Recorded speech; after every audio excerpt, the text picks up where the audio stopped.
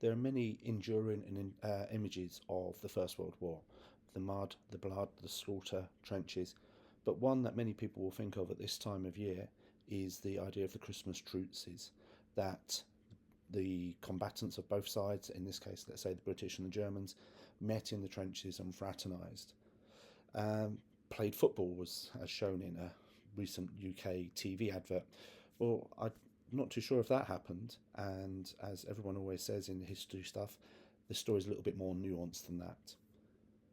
What we're going to look at in this video is the experience of the 2nd Battalion Essex Regiment in the Christmas of 1914, as it's possible they took part in one of the first truces that Christmas, therefore one of the first Christmas truces of the war. Now, the 2nd Battalion Essex Regiment had gone overseas in August 1914 with the British Expeditionary Force, the BEF, and whilst they'd missed the very first battle, the Battle of Mons, they'd been involved in Le Cateau and all of the major engagements from then all the way through to the First Battle of Ypres, which sort of technically finished in November 1914. And at this point, November 14 into December 14, the battalion was to find itself spending most of its time in the area just south of Plug Street Wood, which in itself is a bit further south than the town of Ypres. Just off this map to the south would be another town called Armitage, and we're sitting just north of the Belgian-French border. So during this period, the battalion was moving in and out of the line, rotating to give troops rest, but there wasn't much rest, and the conditions weren't necessarily that good, as we hear from the war diary, which at the time was being signed off by Major Tufnell, who was commanding the battalion. So on Friday, November the 20th, 1914, 6 p.m, relieved by the East Lancashire Regiment on the line Laguerre to Vaughan River. A Company from reserve took over 10 trenches from the Royal Inniskilling Fusiliers at the crossroads southeast of E in Vaughan and level crossings exclusive. Line held by battalion now extends from Vaughan to the level crossing north of E in Le Touquet. Trenches taken over very bad indeed. Practically no communication trenches. No work appears to be done on these trenches. Casualties: killed 1, wounded 4, missing 1. So on this map on the screen, Le Touquet, as mentioned, is down at the bottom right hand side, and the line with the crosses going across it at perpendicular is the railway line. So we can see, as marked on the map here with the blue line, this is the area that the battalion was moving in and out of the lines for. Now, the toll of the war up to this point, one point I should mention is the one casualty killed on the 20th of November mentioned in the war diary, as far as I can make out, is Private Frank Johnson, who came from West Ham, and using the Commonwealth War Graves Commission sort of data as my kind of benchmark, he was the 137th fatal casualty the battalion had experienced so far in the war, record starting actually with one death before the battalion actually deployed overseas. Now, despite this, there seems to be some sort of strange atmosphere going on at the time. The man we see in the top right hand corner there is Brigadier General Goranley. Now, he took the 2nd Battalion overseas as their commanding officer, but had now moved up to the next level up, the next superior level, and was commanding the 12th Infantry Brigade. And this is an entry from their diary, as you can see, labelled for the 5th of December 1914. No shelling today, and no hostile movement noticed or heard. The Germans opposite the 2nd Monmouths kindly informed them, by shouting across from their trenches, that they were going to attack at 6 p.m. tonight and drive them out of their trenches. They also inquired who was now occupying the trenches instead of the 2nd Essex. The reply of the Monmouths has not been reported, but it was apparently sufficient to deter the Germans from carrying out their kindly intentions. And I share this with you just more to point the finger towards the fact that the troops were shouting backwards and forwards to each other. And whilst this might be quite light-hearted, there were more serious matters that Goranley had to deal with. And we see here a note from the brigade war diary, saying a Field General Court-Martial will assemble at 10 a.m. on Wednesday the 9th of December at the 2nd Monmouth's headquarters in Le Bizet for the trial of number 8278 Private A. Brown, 2nd Battalion Essex Regiment, number 2273 Private J. Carlis, and number 865 Private Lewis, 2nd Battalion Monmouth Regiment, and such others accused as may be ordered to be brought before it. Now, Brown, the guy from the 2nd Essex, was actually to be sentenced to death and was executed under military law. So returning to the battalion, Major Tufnell continued to write on Thursday the 10th of December. No rain last night, which is the night of the 9th 10th. Trenches drying. 4 p.m, raining slightly. Sniping at night, and that's the night of the 10th 11th. Rather more heavy than usual, otherwise quiet. Casualties nil. But also, writing about this time, we have Brigadier Gore Anley again in the Brigade War Diary. A few French shells were fired at this brigade. Now remembering obviously the French were on our side, but it was safely accommodated near brigade headquarters. No movement of enemy observed.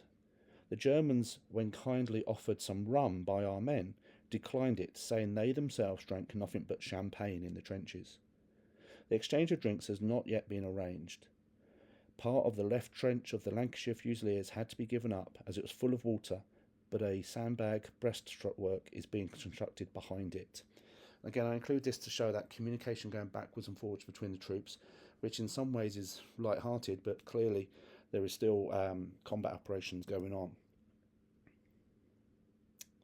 And so that's the entry that I was just describing there. Now, this is the area in which the battalion was going to be spending the next bit of time. And we can see that level crossing, or that you can see the train line going up from bottom on the right hand side going up to the top right. That is the train line. We can see it crossing the road, and the red lines are the German trenches, and this map is a little bit after the date that we're talking about. The blue line marks the British trenches, and we can see how close together they are, so the shouting across to each other does kind of make sense. Other things to note on this map is that there's a Monmouth house, which kind of fits because we've talked about the Monmouth Battalion, or Regiment, sorry. There's also the Essex Central Farm, Chelmsford Cottage, so Chelmsford's a city in, or town in Essex, Pompadour, which was the nickname of the 2nd Battalion, Worley Lodge, and Worley was the location of the regimental depot. And then right over on the left-hand side, we see Essex House. And clearly these were names that had all been given due to the connection with the battalion being in the area, or battalions, because there's a London one as well. Now, using this Western Front Association Trench Mapper software, we can mix in the modern-day map, and you can probably just about make out over on the left-hand side by Essex House is a modern-day cemetery, or a cemetery there marked now, called Calvere or Essex. And this is a cemetery from the time, which is now in the care of the Commonwealth War Graves Commission, and which contains a number of soldiers from the time which the Essex Regiment spent here. So we had the 10th of December War Diary entry. Now we move on to the 11th. Again, signed off by Major Tufnell. 6 a.m, slight frost, foggy. 10 a.m, officers and men of A and B Company meet Germans halfway between the trenches. Germans say they were fed up. Regiment occupying trenches is the 181st Regiment of the 19th Saxon Corps. Trenches appear to be held in about the same strength as ours and in same state. 4:30 p.m, companies to be relieved by the 2nd Monmouthshire Regiment. Relief completed by 8 p.m. Battalion went into billets at Le Blizet. All further leave for officers and NCOs is stopped. So if that was how the events of the 11th of December were treated as, one final entry on there, casualties of 1 killed, and this would appear to be Private F.C. Wilkinson, and he's buried at Calvere Cemetery, which I just pointed out on the previous slide. So if that was the view from the top of the battalion, at the other end of the battalion is a Private Harry Scrutton, and he wrote to his family, and that letter was subsequently passed on to the local newspapers, and this is what was published. As I have told you before, our trenches are only 30 or 40 yards away from the Germans. This led to an excited incident the other day. Our fellows had been in the habit of shouting across the enemy, and we used to get answers from them.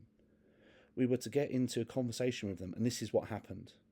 From our trenches, "Good morning, Fritz." No answer.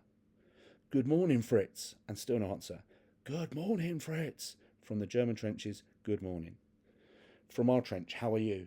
"All right." "Come over here, Fritz." "No, if I come, I get shot." "No, you won't, come on." "No fear." "Come and get some fags, Fritz." "No, you come halfway and I meet you." "All right." One of our fellows thereupon filled his pocket with fags and got over the trench. The Germans got over his trench, and right enough, they met halfway and shook hands, Fitz taking the fags and giving chocolate in exchange. It was good to see the Germans standing on top of their trenches, and the English also with caps waving in the air, all cheering. About 18 of our men went halfway and met about the same number of Germans. This lasted about half an hour when each side returned to their trenches to shoot at each other again. Now, Captain Jones, who we see in the middle here, Lumley Jones, called Lumpy by his fellow officers, was actually the person that had been filling in the war diary in Tufnell's name and quite often was actually commanding the battalion. But he submitted a report back to the brigade about these events. Second Lieutenant Spooner, commanding the trench on my right, Second Lieutenant Brasbon, and that's the guy on the very left of these three, and Sergeant Flynn have been out of the trenches and have met the Germans halfway and have talked to them. They have 181 on their shoulders and a 12 on the button. Germans state they are very fed up and that they keep sniping so much in order to stay awake, and it is only the youngsters that do it. He also reports that some men of D Company, the company on his left, have been in the German trenches and returned. The orderly that brought the message here states that the Germans are standing in water up to their waist and have sacks on, sewn up the middle between the legs. Now, Brigadier Gore Anley, on the right, would have received this message, and he reported on the basics of what was happening. 12th Brigade report enemy in front of left to be 181st Regiment with figure 12 on buttons, 3rd Corps informed. However, sending information back to the battalion, he wrote somewhat differently. There will be no further parleying with the enemy in any form. The Germans were informed of this as soon as possible, but no further communication of any sort will be made to them. At 11 a.m. and 3 p.m, a rapid rifle, not machine gun, fire will be opened from all fire trenches. 5 rounds per man will be used on each occasion. The artillery will shell enemy back trenches at the same time. So clearly, whilst the men were quite keen to fraternise and to meet and make the best of a bad situation, the hierarchy of the British Army were very worried and also wanted to try and inflict casualties upon the enemy. Now, as it happens, this truce, this meeting on the 11th of December may have been one of the first, but everyone associates it with the 25th of December. And the 2nd Essex actually came back into the trenches late on the 25th, and the diary war entry, signed off by Major Tufnell, says, Friday the 25th December 1914, trenches near Le Bazette, France. Relief in 2nd Monmouth in trenches, relief finished 8:30 p.m. Quiet day, very little sniping, hard frost. 10 p.m, 2nd Lieutenant Johnson reported sick, casualties nil. So as I started this with saying, people often think about Christmas Truce and the troops getting together and playing football. Well, the evidence of that may be somewhere, I'm not aware of it, but what we have here is clear evidence of a truce of sorts taking place between the 2nd Essex and the 181st Regiment of the German Army as early as the 11th of December, following a period of communication between the two.